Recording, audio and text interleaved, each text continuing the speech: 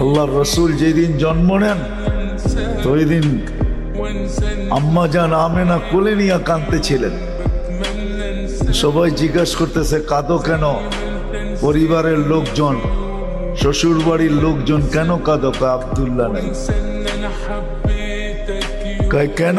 আব্দুল্লাহ থাকলে এতক্ষণে খেলনা চলে আসতো।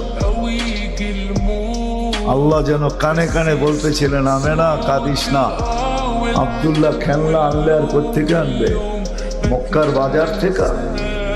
পাথরের আনবে, কাঠের আনবে, প্লাস্টিকের আনবে, মাটির আনবে, সূর্য ডুবতে দে চাঁদকে খেলনা বানায় পাঠায়। আর ঘটছেও তাই। আবু তালেব বলে বিকালে যখন শোয়া দিছি, সূর্য ডুবার পরে যখন শোয়া দিছি, চোখের উপরে তো বাদাল কামরু আইয়াদনু, চাঁদ দ্রুত গতিতে নিচে নামতেছিল। আর আমি তাকায় তাকায় দেখতেছিলাম। যখন একবারে নিকটে চলে আসছে তো চিৎকার দিয়া ফেলছি, ভাবতেছিলাম তোমার উপরে পড়া না যায়, কিন্তু তোমার মাথার কাছে এসে থেমে গেছে। তুমি হাত পাও নাড়াচাড়া করতেছিল আর চাঁদ উপরে টাচ করতেছিল। টাচ